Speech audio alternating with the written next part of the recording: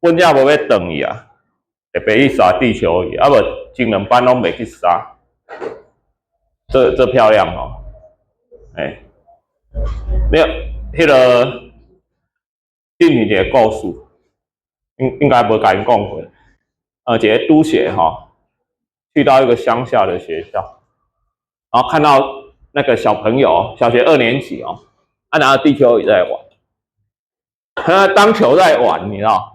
他就很亲切的问那个小朋友说：“哎，小朋友啊，你知道这个地球仪为什么歪歪的吗？”哎，不问还好哦，结果那小朋友号出来，那不是我弄歪的，哦，哭了，你知道吗？这督学一看把小朋友弄哭了哈，手足无措，你知道？带来让那大人去 Q 囡啊，带着小朋友一捶老师，想讲这老师奇怪呢，杀地球仪学生证啊无改。动球的教具让当球在玩，不可以这样。我跟老师说，老师，我看你们小朋友在玩地球仪，问他地球有什么歪歪，他就哭了哈。哦，这老师吓一跳哦。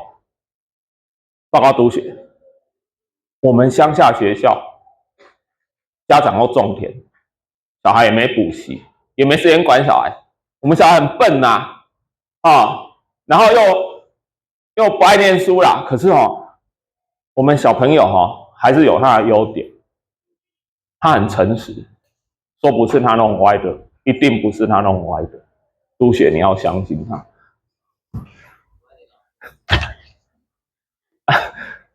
督学哦，崔校长，校长啊，我问你们学生说，督学，这个地球仪为什么歪掉？他说哭了，他说不是他弄歪。我去问老师，老师说学生很诚实，说不是他弄歪，又不是他弄歪的。校长一听，惊到立正站好，报告督学，这不能怪我们学校，实在是上级的经费有限啊，所以我们学校只能买得起歪歪的地球仪啊。如果上级给我们足够的经费，我保证不会买这个瑕疵品。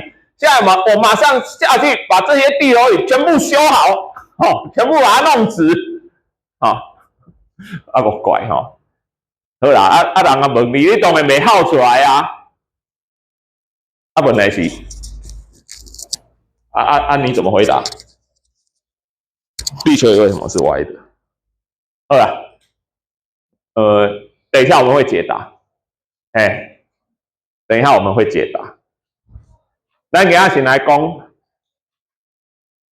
本来7支已经完了，可是我要补充一下，那个8大行星，因为你不要把这些行星当做一个像金木水火土啊些，他们水够人讲水金地火，上面木土，那有北背啊，让这个行星在你的脑中只是一个符号，没有意义的符号而已。来，我们来稍微认识一下这些行星的特点，它有什么特色太阳里家第一粒认为讲过是啥？第一颗水星。来，你有听过水逆无？有没有听过？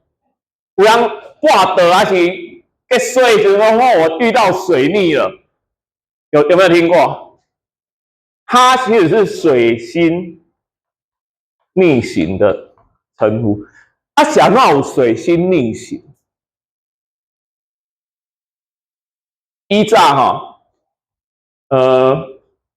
圣经说人是上帝的选民，所有日月星辰都围绕着我们神的选民，就是我们转了，很合理啊。我们看到日月星辰都绕着我们旋转，但是天文学家发现一件事，很奇怪的代志，就这个水星、还有金星、还有火星可以观测到的行星它在天空跑没有错，而且东升西降。问题是，它到某一个时间它会发生一个很奇怪的逆行现象。给它东升西降之后呢，它会往回跑一小段，然后继续过去。天文学家无法解释，大家都围着我绕圈圈，你为什么偶尔你会这些水星、金星、火星会出现这种逆行的状态？它不是往回了，它就这样绕一下，然后继续走。天文学家百思不得其解，一直到有一个人，叫做哥白尼。你有听过这个人无？哥白尼他观测天体，然后他提出一个理论，他的理论叫做天体运行论，里面有2个重点，其中的重点是讲，第一个，太阳才是宇宙的中心，其他的行星是绕着太阳转。只有这样才能解释逆行。假如我在跑的时候，轨道有快慢，然后我在轨道上追过了，可是因为地球自转，又把它扭回来了。只有所有的星都是绕着太阳转，它当然还把它算出来。问题是你知道在那个时代，它的天体运行论是在1543年5月24号，你看日期用记啊呀熊子。在那个年代，你知道你提出这个理论你也安怎样呢？你会被当成异教徒烧死哦。这跟教会那时候教会政教合一，那个教会的教宗的权力是很大，可以掌控你的生死。他说你是异教徒，你真的要绑去杀死是烧死是合法的哦。所以这个哥白尼这哥白尼他就把他天体运行论的手稿交代给他上好的朋友，他说等我有一天赖你的时候赖你还没有。好，等我有一天飞鸽传书给你的时候，你就把它出版了。所以这本书在1543年5月24号，因为那一天是哥白尼的忌日，就他那天死掉。他死之前，他知道自己快挂了，他跟他朋友说会当出版了，他朋友火速把它出版，他就抱着他的新书含笑而终。来吧，要烧来吧。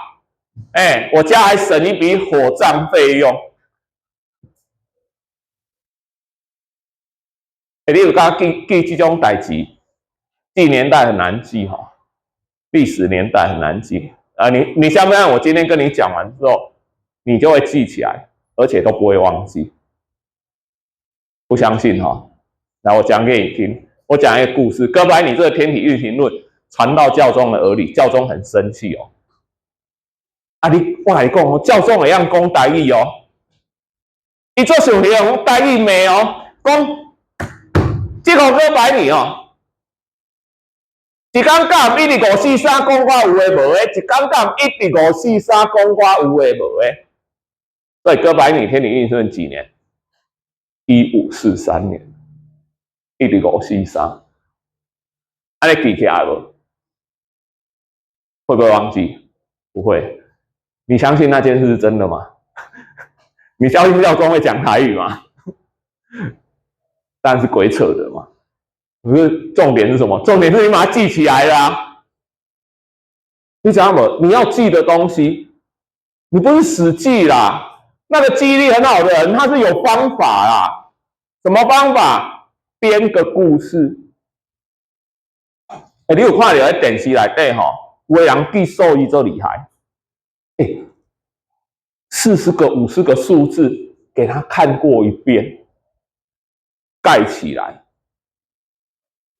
念出来，问他第几个是什么，后面背回来都会。你讲这个人头壳是安怎？你知道谜底揭晓，他怎么记得？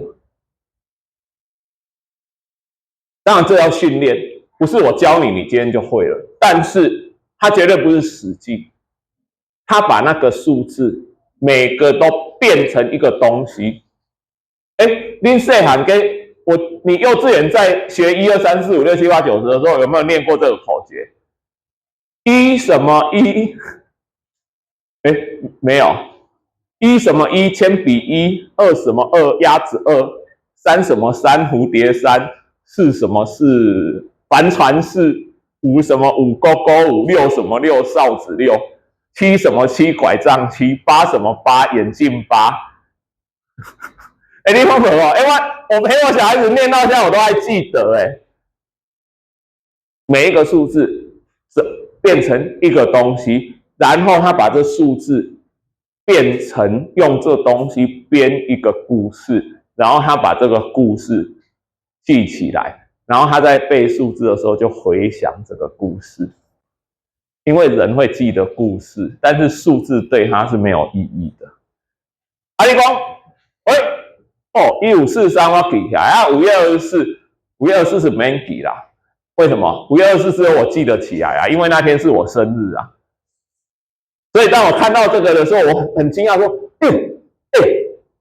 哥白尼在我出生前的300多年死掉，你讲关你屁事啊！那么久了，搞不好那个天上300多年，地上才几个小时而已嘞，对不对？哥白尼那时候的伽利略，葛伯亚赫文啊，伽利略各位就听过了吧？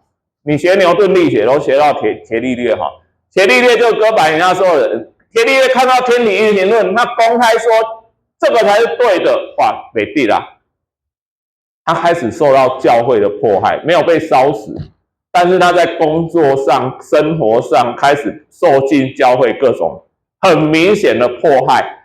这个迫害一直到现代现代的教宗才公开认错，说我们那时候对伽利略的迫害是错的，伽利略已经死了200、300年。你讲不好，有时候认错这种事，不是为了给伽利略本身补偿，而是为了我们继续走的方向是对的。认错的目的有时候是在这边，这报会过来啊，所以这是我们讲水星水星另外那么大气，因为它最靠近太阳，它的大气都被太阳风吹走了都被太阳风吹走，所以它上面没有大气。所以也因为这样，它在靠近太阳这边很热，那个温度高达400多度，可是背对太阳这边零下100多，却是零下100多度。来，下一颗金星。金星是所有行星里面最热的，为什么不是水星？因为金星表面相反的，水星没有大气，金星却充满浓密的大气。以大气的密度，也大气压力是地球的将近90几倍，快100倍。不止这样它大气里面95以上是二氧化碳。所以它温室效应很严重，导致金星也整体温度可以高达500多度，摄氏500多度，对不？那么只有金星去投不？不伊要烤肉，伊要蒸汽浴，500多度呢，上面都没有液态水的存在了。下一颗不用介绍了我们除了这一章之外，讲的都是这一颗。火星人类已经登陆过了，没有无人的啦。既然好奇号太空船，现在印尼的恁台语课本上过，对不？好奇号上火星，一可有讲上去探测火星嘛，还记得吧？曾经科学家在火星上看到好像有运河的痕迹，而且火星上似乎有冰的存在，所以它是因为金星太热了，所以然后后面那几颗用气体冰块行星，所以火星是最有可能除了地球之外产生生命的地方。啊，无去啊，结果无啊，你不能说没有过啊，它可能有过啊，也很难讲。啊，二小行星带木星，行星之王，最大的不止最大，它的质量在行星里面占了90%，等于说其他的7颗加起来，大概它有1/10而已啊，所以是大到非常悬殊的。比我要讲过，木星再大一些，它就会变另外一颗太阳，因为它也是由氢跟氦的气体组成。它再大一点，那个核内缩会引发核融合反应，它就被点燃了，就变成太阳了。木星有95颗卫星，好，老的滚滚啊，所以木星的卫星95颗，没有特别取名字啊，大部分那个木卫1、木卫2、木卫3那呢一直编合而已啊。只有最大颗的，好像火星最大的叫泰坦行星，那泰坦卫星那个会命名啊。下一颗土星，土星上有名的就是它的光环。土星的光环是什么组成的？它是碎片破片，因为绕行，所以看起来像个环。它这个环这薄的，非常薄，多薄呢？平均20公尺。公尺哦，在太空中居然用公尺这个单位哦。你要在空中20公里看起来就很薄了哦，它居然20公尺哦，更薄的它是平均哦，更薄还有10几公尺的哦。但是它的宽度足足可以排22颗地球在上面，22颗地球，但是厚度却只有20公尺，太悬殊了啊！土星有146颗卫星，个愈多，后面的类目行星，其实我们还可以把它分2类哈。低能量叫做气体行星，后边的天王星跟海王星，它们是冰块行星，它是氢跟氦的气体组成。这2个的冰是水的冰跟甲烷的冰 ，CH4 组成。天王星根据数据有这你免背啦，你知影足侪个好啊，听过个好啊，29颗卫星啊。海王星的卫星有16颗，海王星的卫星有16颗。海王星构结很特别的，海王星上面有地球，这些行星里面最强的风。这风多强，你知道吗？时速可以到3000公里，时速3000公里哦，高铁的10倍哦。高铁的10倍，你知道已经超音速了哦。一个风可以吹到超音速哦。呼呼的风在那边搞，风行搞哦。地球，我们把地球上的风分级，你知道最强的12级风时速多少？110几公里。土星平常正常的风就是1000多，就是它的10倍以上。最强的风可以到3000多，2倍的音速。所以它有最强的风暴。不要这冥王星咱讲过啊。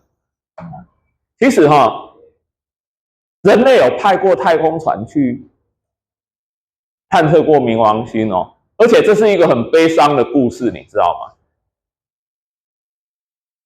吗？美国准备了好几年，终于在2007年从地球派出一艘太空船，叫做冥王星号。它会沿途飞过每一颗行星，没有登陆，就是扫过去，然后它最后也会扫过冥王星。它当然就是为了探测当时最外围的一颗行星，9大行星的第9颗冥王星。这艘冥王星号出发了，结果年初发射出发，到年底的时候，国际天文学会开会，把冥王星除名了。你说这是不是悲伤的故事？你知道组织这计划的科学家快崩溃了，你知道吗？你给我开什么玩笑？我准备那么多年，然后花那么多钱，然后我发射了冥王星号，结果你搞冥王星在9大行星除名，变成8大行星，没办法了。天文学会投票，你知道那艘太空船从地球飞到冥王星要飞多久吗？将近10年呢。而且你知道哦，它如果照飞出地球的速度一路飞到冥王星的话，卖工10年啊，这科学家等到死都等不到它飞到冥王星。那怎么办？人类实在太聪明，他用了什么方式？因为你要把这个太空船加速，我的火箭燃料不够大，不够多啊，我就飞出地球就这个速度了。他飞过火星的时候，他没有登陆哦，可是他利用火星的重力绕了一圈以后再甩出来，加速了。也就是他巧妙利用火星的重力绕一圈再甩出来，比初速还快。这样算得多准呢？你算不好，他就栽到火星上去了。到木星这个最重的星球再玩一次，等到木星再甩出来的时候，这种速度才够10年内飞到冥王星。经过这2次加速，现在已经飞过去了。2007年还很久，它飞过去，然后呢，飞出去的，刚好飞回来，没啊。这艘太空船上面还有一张明信片呢，一个明信片钉完有录音带，下录迄个地球上的什么风声、雨声、哺乳声、海浪声，各有鲸鱼的叫声，上面钉完个围2个人，一个公的，一个母的，男人跟女人啊，没有穿衣服的啦，裸男裸女啦。那明信片是金属做的哦，它就是要送到外星去，而且它上面要写地址哦，不能说写，是画的。他有把太阳系的位置画出来，接下去画了这些行星，然后他就在指着第3颗的地球，画了这艘太空船的示意图，就是跟捡到的人说，这艘太空船是从这里飞出来的。你说哪回忆的星球，那个星球是咱的原始部落，也吃人部落的。无法度啊！伊捡到这个金属片，伊敢若让共和头。我们今天的想法是说，如果他的科技水平跟我们人类一样，他就有办法造出一台录音机来解读，然后看得懂地球在哪里。看懂之后，你不觉得这种行为有点冒险吗？万一这个外星人是坏蛋呢？他有侵略性，然后他科技又比我们高呢？吼，收到批，我这叫有迄个资源有好康的，够一群地球人来吧，我们去那边把他们全部当作奴隶吧。然后飞来就跟科幻电影一样，一堆外星人来，我们地球人火箭炮发去，被他们镭射光啪啪啪啪全部打烂，然后就他们全部投降，全部变成外星人的奴隶。对，如果这样呢？你不是没送没事，赶紧给他上一下，结果被那个，确实有可能啊。不过我觉得科学家会有一种想法，我来讲我们人类把最多的经费、最尖端的科技、最顶尖的人才投入在哪个领域？你知道吗？投入在互相残杀的领域，国防军事。我们如果把那个国防，比如说国防军事用的晶片已经用很久，已经过时淘汰到民生来是最顶尖的。如果它在军事都是机密，那哪个这种资源同样的资源投在医学上，我跟你讲，人类没有绝症，你相不相信？然后如果人类没有战争的话人类科技会进步到什么？无法想象。一个世界大战轰下去，会轰死多少个像爱因斯坦的科学家，你无从计算。所以我们的理论是说，如果今天这个外星人是跟地球一样具有侵略性、具有好战本性的，家己底下小台，伊的科技袂进步到对啦。真的科技很顶尖外星人，他已经进化到和平了，他才有把这些精力全部发展在太空探测上面。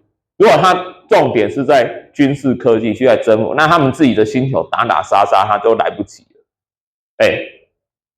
以这种想法啦，对不对咱不知啦，因为咱太远了。稍微介绍啊，每个行星都有它的特色啦，但是我们重点不在这边，只是稍微把它的最重要的东西介绍一下。春的时间咱来讲7/2啦，咱来讲7/2，昼夜与四季。这我切掉。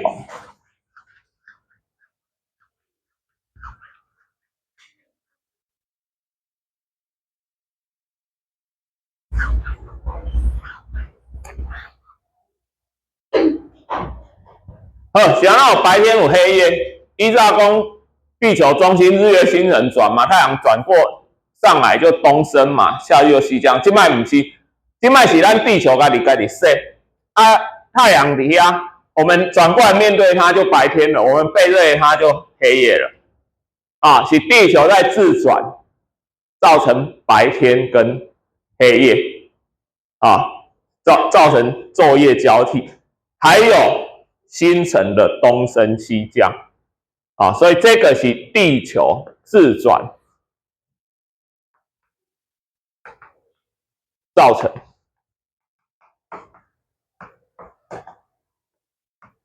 造成什么？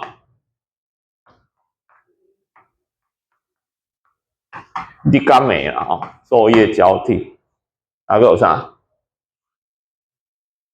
难讲日月星辰，还有什么东升西降？不过问你，所有的日月星辰都会东升西降吗？你听有所有如果有反例就完蛋了。什么金不会东升西降？有没有不会东升西降的星？我们用来看方向的北极星，对不对？如果它会东升西降，它怎么看方向？它要降下去，我们又看不到了，因为北极星永远在那个地方啊。所以晚上白天当然是因为太阳出来，我们就看不到啦。暗时看，你看卫星那个看北极星啊，因为用底下有它都在北方啊，所以它才能那它绕在北方，它就代表它没有东升西降啊，仰角都一样啊。你有看过星座盘？另外有人杀星座盘，问我讲老师啊，北极星你对我找无？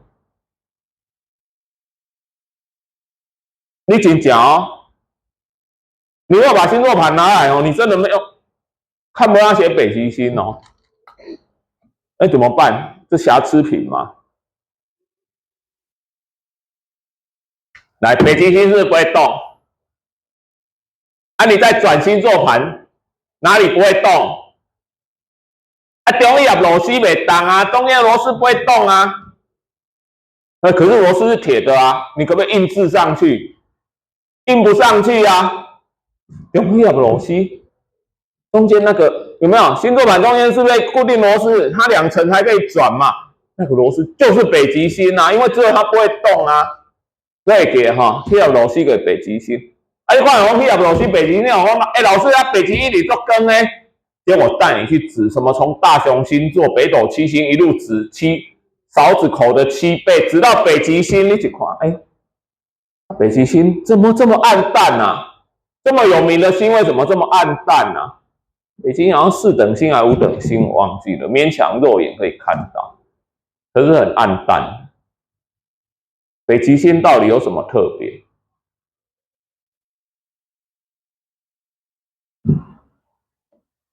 来，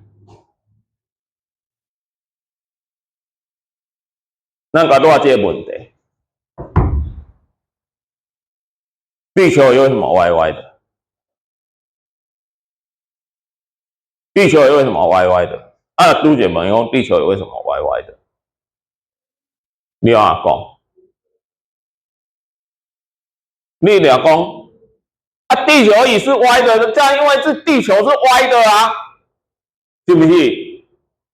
对吧？地球仪是做地球的啊，地球仪做歪，表地球是歪的啊。那我再问你，太空没有上下左右，你凭什么说它跟谁比是歪的？我来讲哦，我这卡地的，我按呢歪，我是跟什么比？跟铅直线比嘛。我们为什么有铅直线？因为我们有地心嘛，铅直线指向地心嘛。太空中有地心嘛？太空中没有地心嘛，所以它也没有铅直线嘛。那么它没有铅直线，你为什么说它是歪的？跟谁比？跟谁比？地球最密切的是什么？太阳。跟太阳，问题是太阳也没有上下左右啊。这句话要补充一下，跟地球绕太阳公转，太阳你家，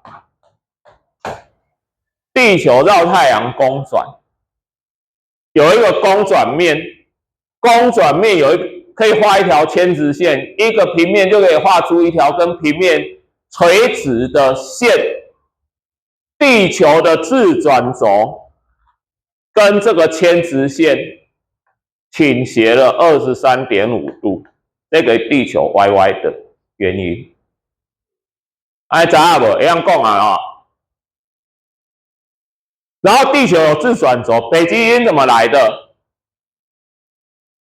把这个自转轴当成直线无限延伸，天空中那么多星，从北方无限延伸，它是不是都会去指到一颗星？恰巧指到一颗星啊！那么多星，你无限延伸，总会指到一颗星吧？这颗星就是什么？北极星，所以它一点也不特别，它在天空一点也不特别，它就正好嘟嘟啊好这个地轴诶，延伸的直线去，戳到了，戳到了，所以你在这边怎么转，你仰角都一样，北极星就北当啊，北丁北当，有北极星，那有没有南极星？同样的道理啊，你这边无限延伸是不是也会对到一颗星？这颗就南极星了。你讲我也无看过南极星，星座盘上写无南极星。当然啊，你人伫遮，你敢看有南极星？你有没有讲，不是南极星尔啦，你南天这里的星座，全天88个星座，你看不到全部啦。南天的星座一大半你看不到啦。你只有到南半球，所以你若去什么澳洲、纽西兰去有看观星行程，你卖整理行李的时阵，你在文具店买一个星座盘，讲要压观星哈，黑白来，时间不对，星座也完全不对，不要说时间对不上，星座也对不上。你要看南半球或者澳洲、纽西兰，你要到那边去观星，你就要买当地的星座盘。你看到才是对的啊！按哥我中文，要不要用 Google 翻译好啊？来，您上爱算命的，上面生日星座，双子座、射手座、双鱼座，那又怎么回事？东方叫黄道12宫，就是你们的12个生日星座，它怎么来的？不是黑白镜的呢。公转面，这个平面延伸出去，背景会切到12个星座，这12个星座就是12个生日星座。地球的这一尊太阳背后会有其中一个星座，所以从地球上看来，好像太阳跟着这个星座升起，落下的时候又跟着这个星座落下。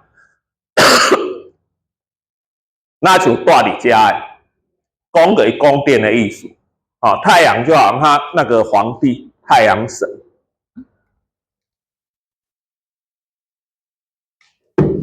来，你告诉各位，地球到这里了，这时候对过去，换下一个星座，一个月换一个，绕一圈，背景黄道12宫。这就是生日星座，黄道就是太阳运行的轨道，白道就是什么？你有没有黑道的相反？没啦，白道是月亮运行的轨道，黄道是太阳运行的轨道。天文写安尼讲，好，天文写安尼讲。好来。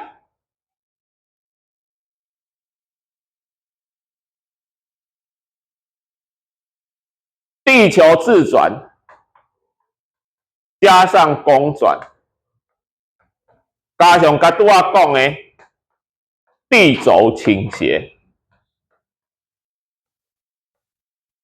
，23.5度。这个咱今日无时间讲啊。这种就造成什么呢？春夏秋冬四季。还有，其实这跟四季有关呐，昼夜长短不同。什么昼短夜长，昼长夜短加上迄个太阳轨迹，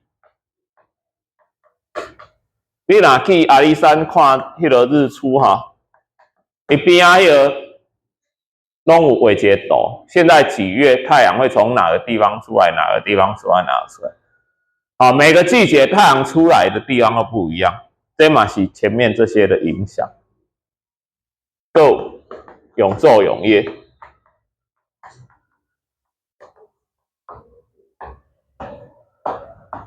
有的所在不是一天太阳升起，一天太阳落下，而是太阳升起就半年，落下也是半年，这叫永寿永业，嘛是安尼形成。好啦，咱今仔先讲到这，剩下后礼拜我们再来详细的讲说为什么地球自转加地球公转加地轴倾斜会导致四季还有昼夜长短不同啊，还有太阳轨迹是怎么跑的，永昼永夜是怎么回事啊？这咱七支的今仔讲袂了，今仔先上到这。